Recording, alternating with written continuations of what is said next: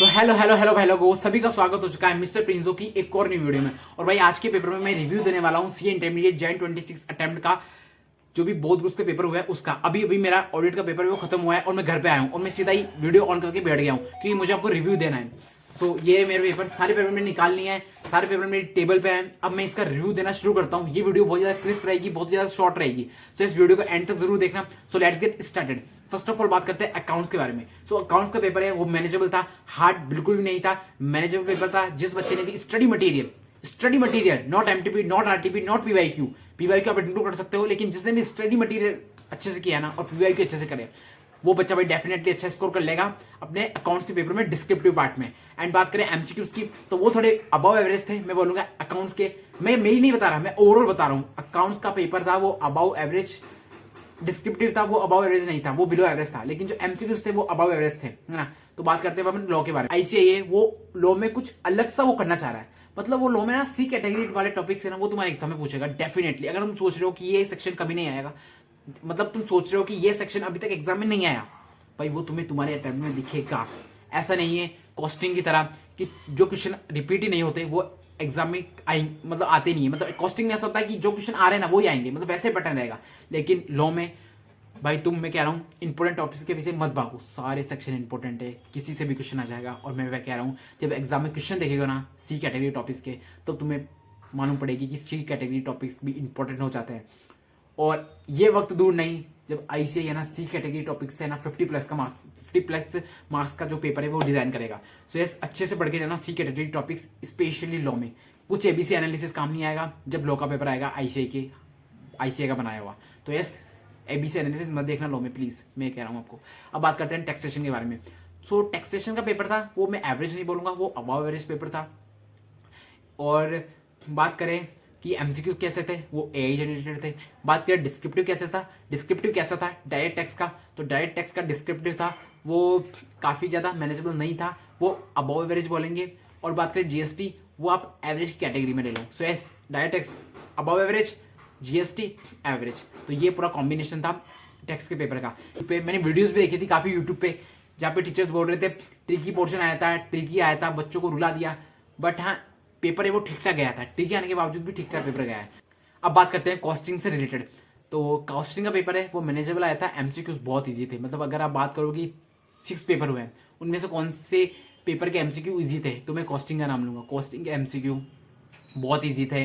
अगर आपने अच्छे से केस स्टडी को पढ़ा है और क्वेश्चन को फ्रेम किया है एक जैसे डिस्क्रिप्टिव पार्ट होता है वैसे, तो आपको अच्छे से अच्छे मार्क्स स्कोर कर सकते हो आप एमसीक्यूज में। तो यस, जो अपना कॉस्टिंग था उसका जो एमसीक्यूज थे वो इजी थे, और जो डिस्क्रिप्टिव पार्ट था वो भी एवरेज था, अबव एवरेज कुछ भी नहीं था, सब कुछ मैनेजेबल था कॉस्टिंग में।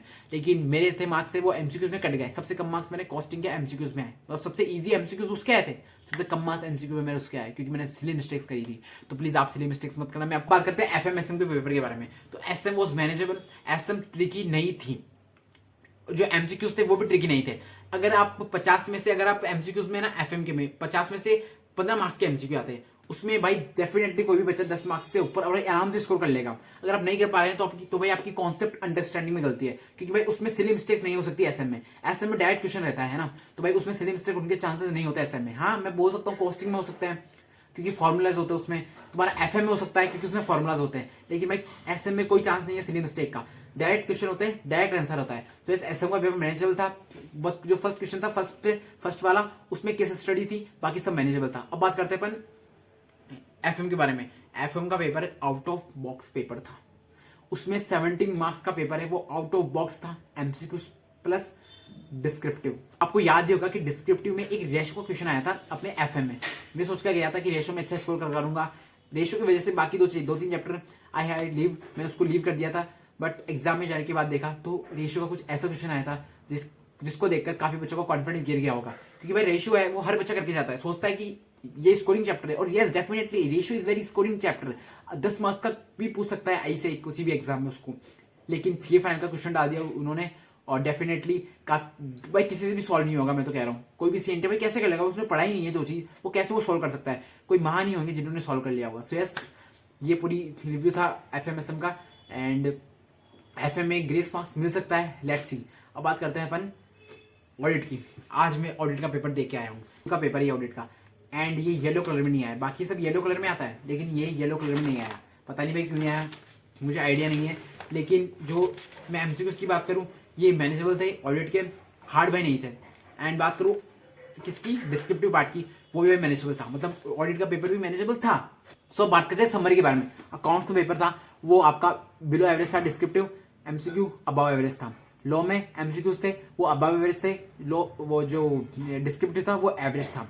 बात करें टेक्स्ट की, सब अबव एवरेज था, एमसीक्यूज सब अबव एवरेज था, और डायरेक्ट टेक्स्ट तो तुम हार्ड भी बोल सकते हो। अब बात करें अपन एफएमएसएम की, तो एफएम में हार्ड था, एफएम डिस्क्रिप्टिव पार्ट हार्ड था, क्योंकि उसमें सी फाइनल का क्वेश्चन आ गया था 6 मार्क्स का, और प्रैक्टिकल मार्क्स तो भाई पूरे आते हैं, पूरा ही डिस्क्रिप्टिव आता है, तो 6 मार्क्स का वो 29 मार्क्स का पेपर तुम्हारा करने के लिए बचा है, और उसमें से तुम्हें ऑप्शन भी लीव करने हैं। जैसे तुम अगर तुमने ऑप्शन में लीव किया है तो भाई पता नहीं ग्रेस मार्क्स मिलेंगे नहीं मिलेंगे, लेकिन हाँ अब देख सकते हो। अब बात करते हैं अपन अब बात करते हैं अपन एसएम की, तो एसएम का पेपर मैनेजेबल था, इसमें कोई भी अपन नीचे की ऊपर की बात नहीं कर सकते, मैनेजेबल पेपर था, बहुत अच्छा पेपर था। अब बात करते हैं अपन ऑडिट की, ऑडिट का पेपर भी मैनेजेबल था, हार्ड नहीं आया था। काफी बच्चे बोल रहे थे 10 दिन की छुट्टियां मिलेगा, हार्ड आया नहीं आया, भाई देख लो। जो बच्चे बोलते हैं कि छुट्टियां मिलती है तो पेपर हार्ड आता है, भाई नहीं आता यार। लॉ में भी छुट्टियां मिली थी मुझे, से फाउंडेशन में, उसका पेपर भी हार्ड नहीं आया था, मैनेजेबल था, ये भी मैनेजेबल था। और आप क्या सोच रहे हो कि पेपर ईजी आ सकता है, कभी भी पेपर ईजी नहीं आएगा, आपको मैनेजेबल ही लगेगा पेपर, क्योंकि भाई आप सीए का एग्जाम देने जा रहे हो, है ना, 12th का एग्जाम नहीं देने जा रहे, 12th का बिजनेस स्टडीज का। वो पेपर मुझे बहुत ज्यादा ईजी लगा था, क्योंकि भाई वो पेपर ईजी आते हैं। ये पेपर सीए एग्जाम से, इसमें 10 से 15% रिजल्ट रहता है, तो पेपर आपको ऐसे देखने के लिए मिलेंगे, मैनेजेबल या फिर हार्ड की साइड। तो यस, ये पूरा रिव्यू था सीए इंटरमीडिएट जॉइंट 26 एग्जाम्स का। आपका पेपर कैसे गया प्लीज बता देना, और मेरे से कोई मिस्टेक हो गई हो रिव्यू देने में तो आप करेक्ट कर सकते हो। एंड यस, और आप इतने कॉम्पिटेंट हो कि भाई करेक्ट कर सकते हो, तो आप करेक्ट कर देना। और आपका पेपर कैसे गया वो नीचे कमेंट सेक्शन में बता देना। और मेरी लर्निंग की बात करूँ कि मुझे क्या सीखने को मिला सीए इंटरमीडिएट एग्जाम देने से, तो मुझे सीखने को मिली मैथ किसे कहते हैं। यस, मतलब ये आपको मैथ करना सिखा देगा, सी इंटरमीडिएट एग्जाम्स, रात को जागना अपने गोल के लिए वो आपको सिखा देगा।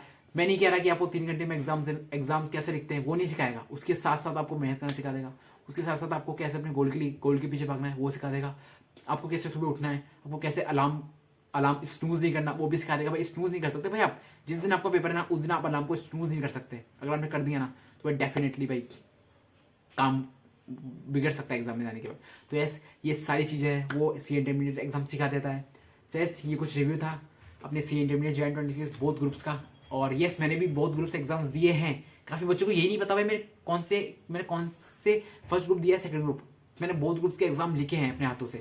तो यस, रिजल्ट आने में देर है, अभी तो एक डेढ़ महीना लगेगा, 1.5 मंथ लग सकता है। सो यट रिजल्ट का वेट करेंगे। और आप अब क्या करने वाले हो वो भी बता देना। मैं तो भाई फुल इंजॉय करने वाला हूँ। मैंने मूवीज़ के नाम अपने जो नोट्स थे उसमें लिख लिए हैं पास में, कि कौन कौन सी मूवीज़ रिलीज हुई है जो मैंने मिस करी है, मैं देखी डेफिनेटली उसको देखने वाला हूँ अपने लैपटॉप पे। सो आप भी बता देना कि आप क्या करने वाले हो। हाँ, आप क्या करने वाले हो अब बाकी आने वाले दिनों में, 7-8 दिन भाई आप इंजॉय कर लो। फिर भाई आप ITOC की टेंशन ले लेना, आर्टिकलशिप की टेंशन लेना, सोई नहीं होना। सबसे बता देना कौन से पेपर के दिन नहीं सोए। मेरी बताऊँ तो मैं टैक्स के पेपर के दिन मैंने सोया नहीं था। अभी अपनी वाली बातचीत है ये, अगर जिसको जाना है वो चल जाओ भाई रिव्यू देख के। अभी हमारी वाली बातचीत है, जो हमारे कोर व्यूअर्स है ना उनकी बात है ये। सो आपने किस पेपर के दिन अपनी सो ये भी कमेंट सेक्शन में बता देना। मेरी बात करूँ तो मैं टैक्स पेपर में 3-4 घंटे सोया था ना, और उसको पेपर दे के आया था मैं। सो यस, ये पूरा रिव्यू था मेरा सी इंटरमीडिएट जॉइंट 26 एग्जाम्स को लेकर। सो भाई मेहनत करना सिखा देता है सी एग्जाम्स, ये डेफिनेटली भाई मेहनत करना सिखा देगा, और आंखों में भी नींद है। सो यस, मैं मिलता हूँ किसी अगली वीडियो में, तब तक के लिए bye bye, sayonara, peace out.